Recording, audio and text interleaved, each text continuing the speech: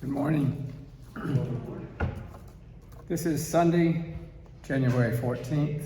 I'm your service coordinator, Richard Waddell. I'm happy to see all of you here today. There are several announcements in the order of service. I'll just bring two to your attention. Today, after the service, there's a Social Justice Committee meeting, and especially Sunday, January 28th. That is the annual meeting of the church. There's a potluck, and all of this follows the service on that day. Are there any other announcements? Yeah.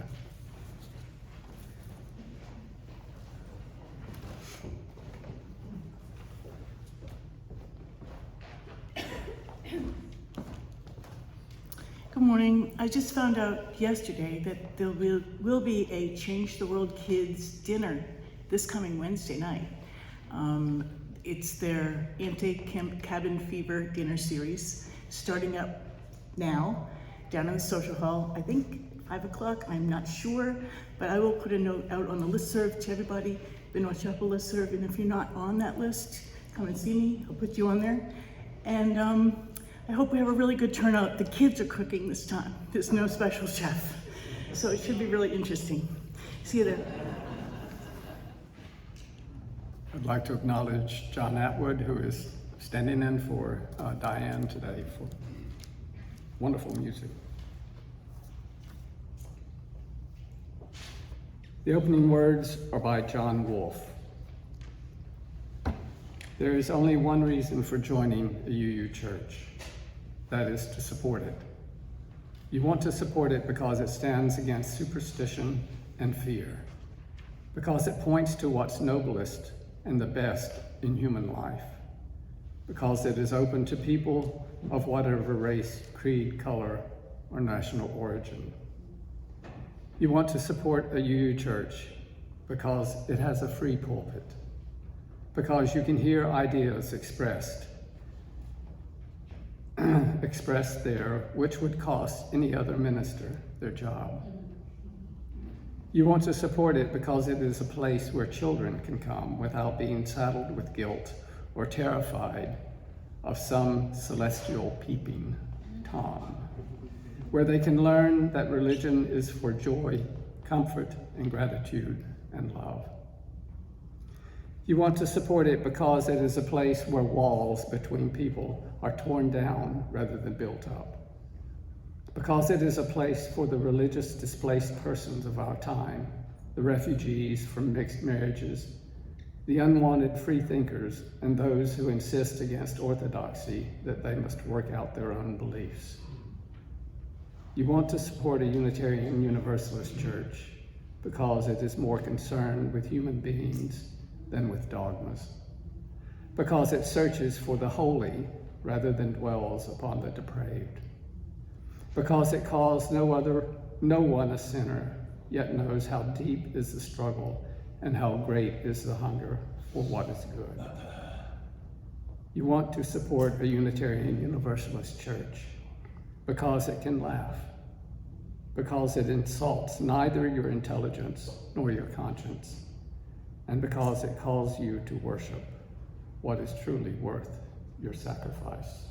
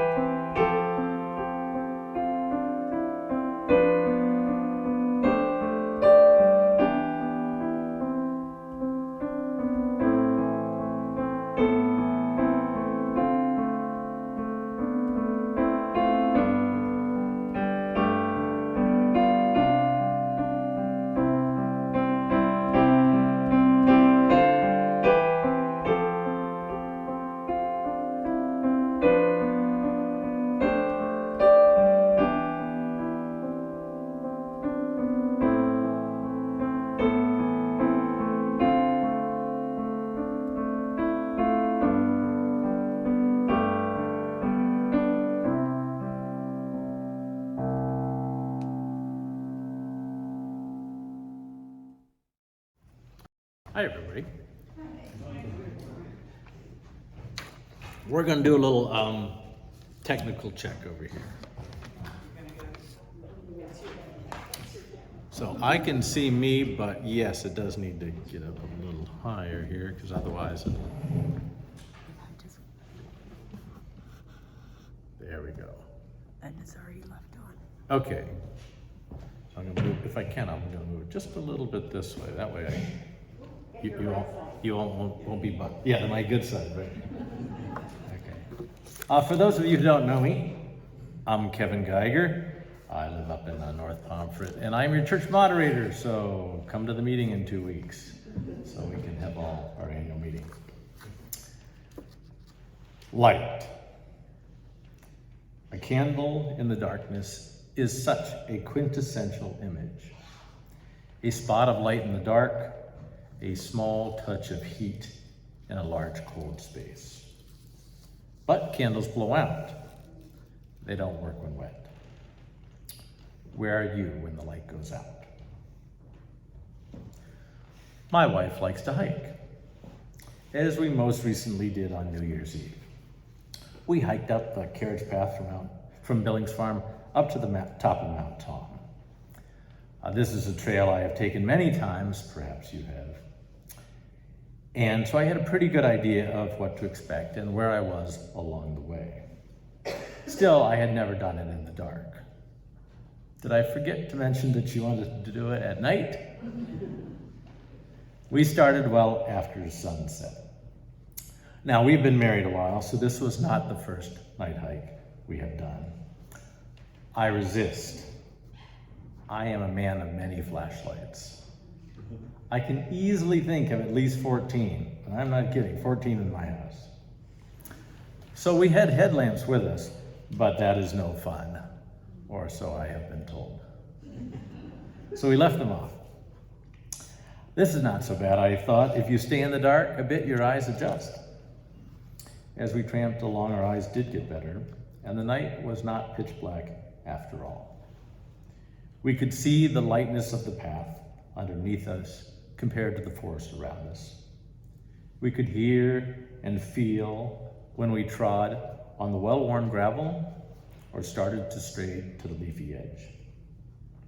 Patches of hemlock occasionally loomed ahead, truly dark, but once in them, they were more like tunnels, and you could still make out the way. Without light, you listen to the woods. You smell them. You look up at the silhouettes of winter-bared trees and can tell the straighter ash from the more crooked maple. It gradually became enjoyable to me. She was happy from the get-go.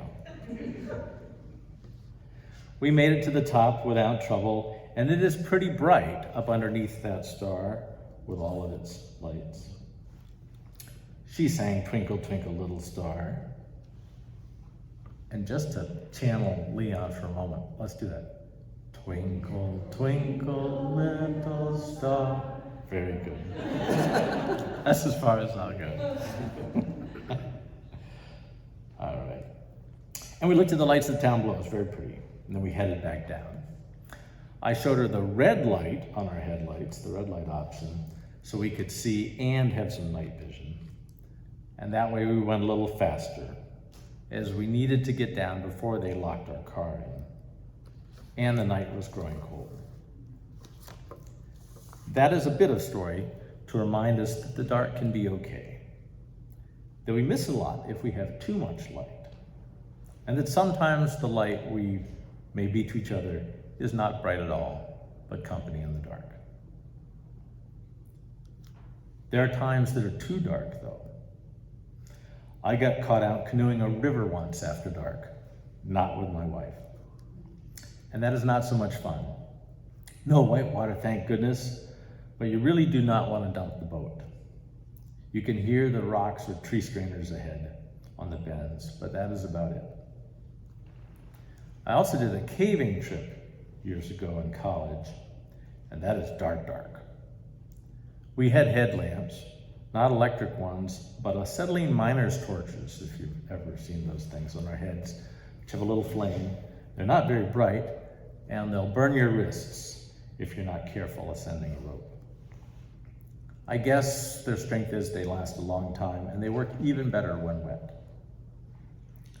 But nothing is dark like being deep underground. And besides the immediate darkness, there is the permanence. You know the sun will never rise. You can't just wait for the light to return. I find in my life, when things are dark, I mainly just wait, and the light returns. If it's just a funk, I might take a nap, and then come back to life, look out the window, and things are better. If it is a more trying time, I tell myself it will not last forever, and it never has. So I have a little faith that it won't. Days may grind on, and then time will slowly heal all wounds, as they say. But often as not, it'll be some silly thing that breaks the spell. Maybe a toddler exuberantly stomping their way through a puddle as I drive past. And I'll grin at the sight, and in grinning, be lit again from the inside. That is one way we can be light to others, in small ways, unintentional even. If you've seen Leon walking through town at times, it's like a little light bobbing along. One of my favorite sparks, I saw them this morning, are chickadees. They come to my feeder in all weathers, seemingly as merry as ever. If it's raining or snowing or windy, they don't seem to care. Chatting to each other, zipping in and out of the feeder. And if I'm very still, I can get them to sit on my hand. So if you feel a little extra light inside, sometimes let it out. It doesn't have to be boxed up for the right moment. Build a snowman. Whistle. Skip. Try it. Open the door for the UPS guy. Wave at a stranger. Tip well. Those little bits of light may be exactly what someone else needs, and they can be all the more precious because they are unexpected. There are times, though, when I've had to force it. And I don't mean fake it, but to light the fire within without any sort of matches. It may be that I need to generate some extra light to bear a burden for a friend. Or maybe I am just alone and need to pull myself together through a tough spot. I don't know how I do it then, just that I can. I have had friends that I wish I could teach how to do this for themselves. I only know what it feels like when I do it, and it is not accurate to say that I light the fire. I don't. I just find it, or let it out, it seems. It is like I open a little door. Not a door that you can see, but more like one of those doors in dreams where you never see it, but there must have been a door because you were over there in the house and now you're over here in the house. So I just reach out and find that door inside that's not a door, with no handle, and somehow open it. Or maybe I just stop keeping it closed. And out pours a little heat, a little glow, and it warms me and calms me. I think it is love. It holds me somehow, though I hold it. I do not know where this light comes from behind that door. I just know I've always had it. I am open to the idea that this love may be God or the universe. That would be a good theory. Perhaps then each of you have the same access as me, though you may have bigger or smaller doors to open, or have forgotten how, or even worse, have locked that door. But still that light would be there waiting for you. But I am not sure. I have known some that can't find that door, that have never felt that. And I would show it to them if I could, but I cannot, because again, I do not know how.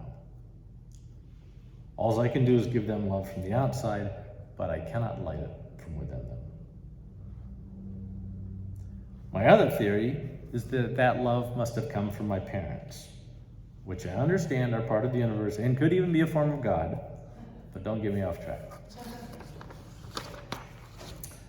Being partly of Puritan stock, I also understand the strength that some people use the geranium approach, where we don't want to overdo it with love and get them all waterlogged. Best to dry out occasionally.